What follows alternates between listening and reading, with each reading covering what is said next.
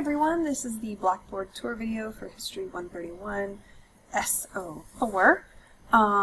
Hopefully you will have watched this before we meet for the first time on Tuesday.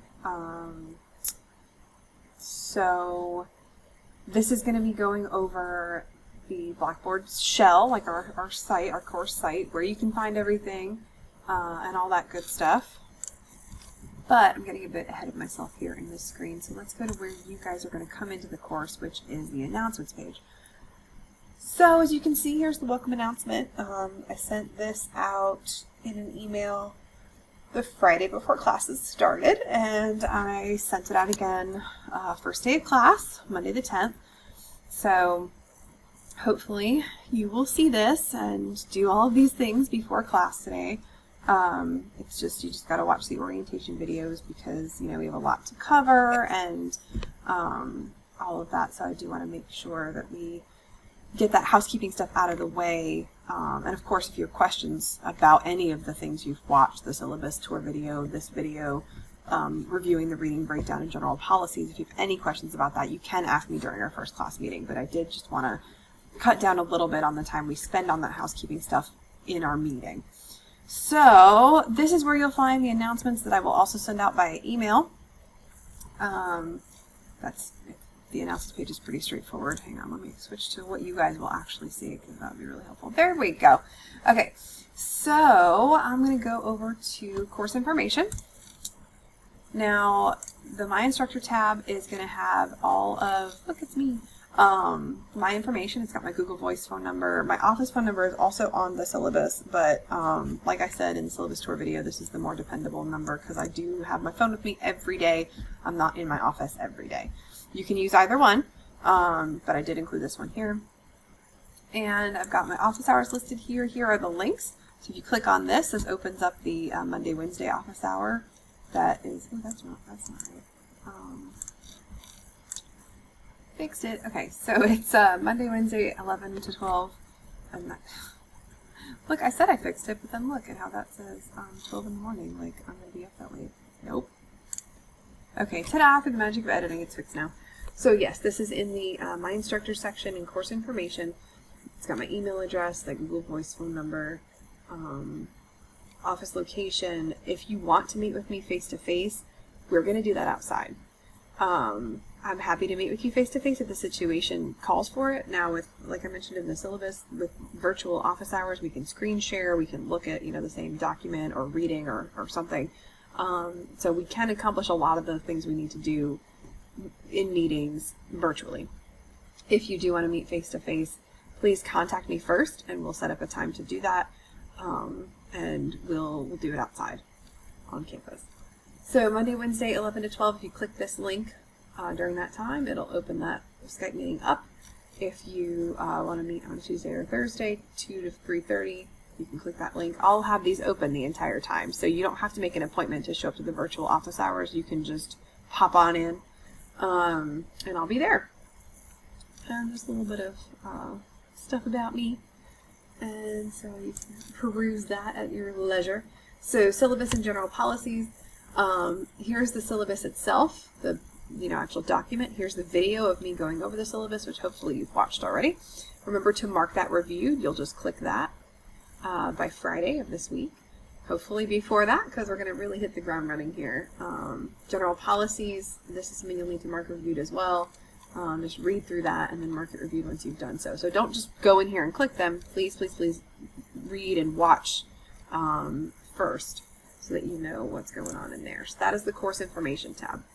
Let's go to weekly lessons. Look, it's almost like I'm a huge nerd who likes to be really organized. So here is all the folders for the entire semester, if you can believe it or not. So let's go up here. So like I said, there's the housekeeping information in here. If you click on this one, it's got your enrollment verification quiz, which I don't know if you guys really need to do because we're meeting, but I guess it's considered hybrid because it's virtual. You have until the census date to do that. That's August 19th. This is our reading breakdown, so let's go ahead and take a look at that. This puppy here has all of the reading assignments, other assignments, including big and small, little things like our inquisitives and big things like paper. So as you can see, every single week is laid out. It matches with what's on Blackboard. So week 1, for example, our first day, we're going to talk about some stuff. I'm probably going to, since you guys will have watched everything, hopefully, I'll answer any questions you have about the structure of the course and what we're going to do. I'll answer any questions about Blackboard Collaborate that I can answer.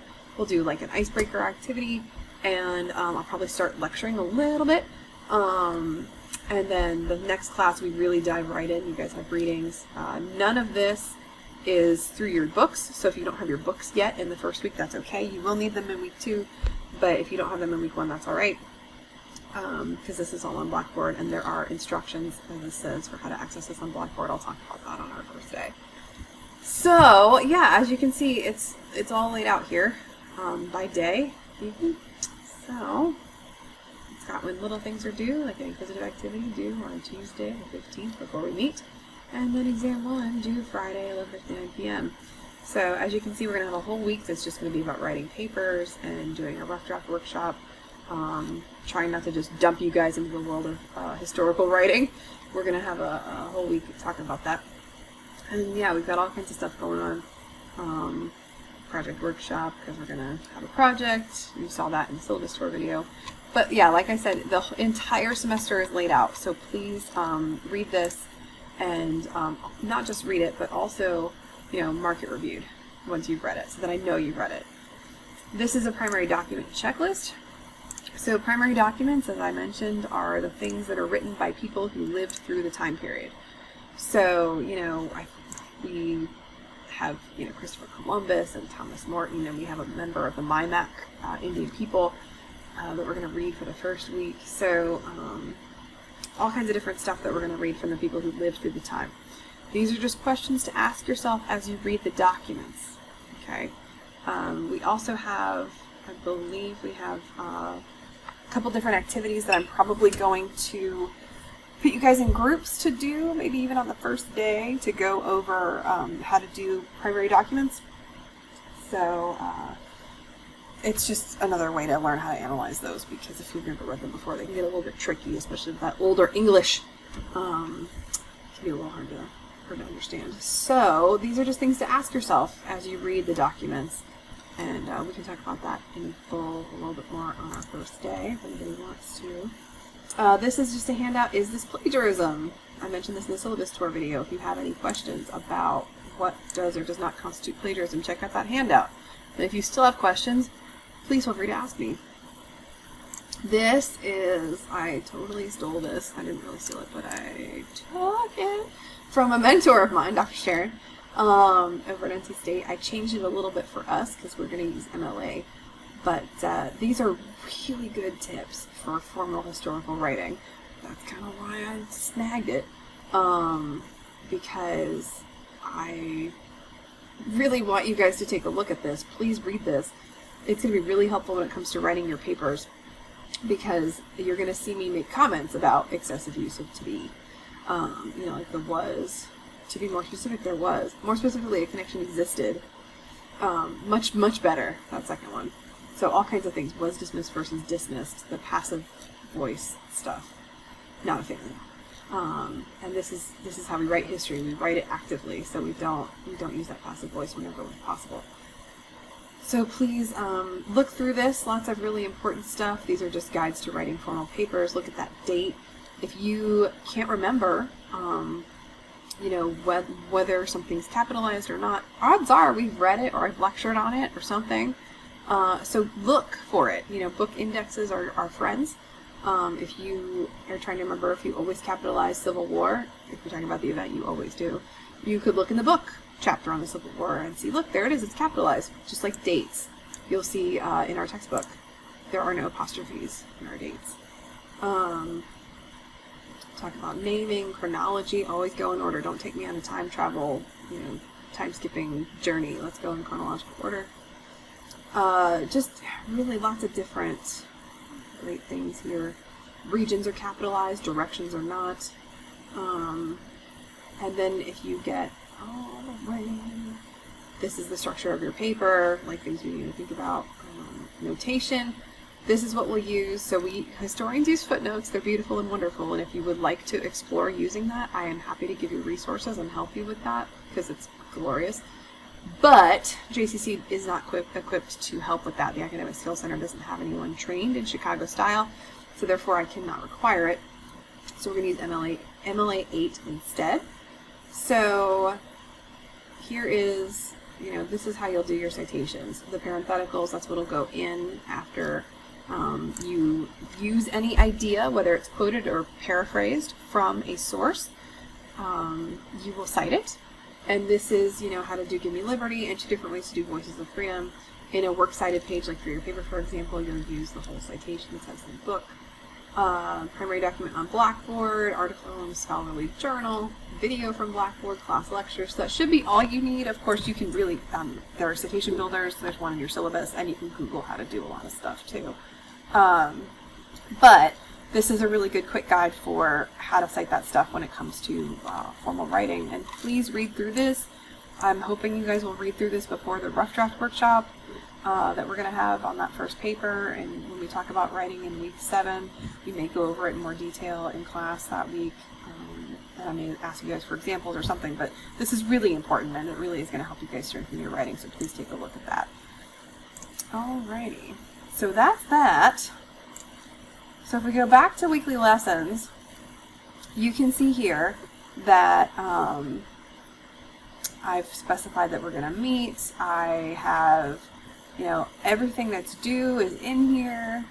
So like it's on the reading breakdown. Major assignments like the exams are also in the syllabus, and they're also here. So really you have to kind of be living under a rock to not know when things are due in my class. Again, like I said in the syllabus, I never want to trick or trap anybody or keep them from being successful, so I try to make things very available. Everything with a due date is also in the course calendar. So there are so many places to find out when things are due. These guys, you will need to download your own copy. It's for note-taking purposes. You don't need to download these if you don't want to, but this is a link to the lecture outline in OneDrive. So if you start writing on it, everyone will see that when they click on it. So click on it, download your own copy, and then you can make any edits or do your own notes. You can also copy or paste it into a Word document instead of downloading your own copy. That's fine too. But for lecture notes and outlines, you need to be sure to do that whenever they are OneDrive links. Then we have readings. And then this document you'll access through History Study Center. And here are the instructions written out step by step going from the JCC home page. JCC's main website. It goes from there all the way to the document. So follow those instructions. If you have any issues after you've read and tried to follow the instructions, please let me know. But that's for week 1, day 2. So yeah, everything's in here. If you have any questions, let me know. Now, some of the things in here may change because, like I think I mentioned in the syllabus tour video, the first couple weeks of class we're going to do things one way. I even make a note that it's a little bit different. The next few weeks we're going to do things a different way. Then I'm going to ask you guys what you like. And if you like method A, we'll go back to method A. If you like method B, we'll just continue with method B. So, videos may start to appear in here depending on which method you choose, or, lecture notes and outlines may change and shrink if you go with method A. So it really just is going to depend on what you guys want to do. But this first 5 weeks here is set, and that's what that's going to be, or actually first 6 weeks, I think. So all the way to exam 1, and then I'll ask you guys toward the end of week 5, what you like better, and we'll go with that. So that's weekly lessons. If we go into the collaboration tab, because it is important to see where we're going to meet, I just clicked on Blackboard Collaborate Ultra. Boom! That is our class meeting space. It will open 15 minutes before class. You can see they're all in there. And it will stay open for almost 10 minutes after class ends, or 10 minutes after class ends, just in case anyone has any questions or anything. But if everyone leaves, I'll leave too. This is a space where you guys can work together. You guys can set up meetings in the course room. It will be unlocked the entire semester. So like if you form a study group, or if you want to meet with somebody because you want to bounce your project, or you want to practice your presentation with a friend, you can use this space for that. It's going to be unlocked and open the entire semester, so it's there for you if you want to use it. You don't have to do anything with it, but it is there for you if you would like to use it. For the e-text and course resources, these are both books just in full. So you can click on these and it'll go to our book. Now if you just want the chapter, each week has just the chapter that we're reading. Or chapters, sometimes we read little pieces from more than one. So that's in there. And the My Grade section, we talked about that in the syllabus tour video. I'm going to exit this so that I can show you the other tabbies. Technical term. So the help desk, it's got all of that really important JOLT information for help. Campus safety tab, if you're going to be on campus, you should read through that. Really important information there. Other resources, student clubs like History Club, what? And then other academic resources like tutoring. There's even online tutoring if you're uncomfortable or cannot make it to campus and you need some help. Definitely use that because it is really great. So that's it, I think. If you have any questions, please feel free to let me know. And like I said, we'll meet for the first time on Tuesday around 12:30. And watch these videos, mark them reviewed, and please come with any questions about any of that housekeeping stuff for our first meeting on Tuesday. See you then.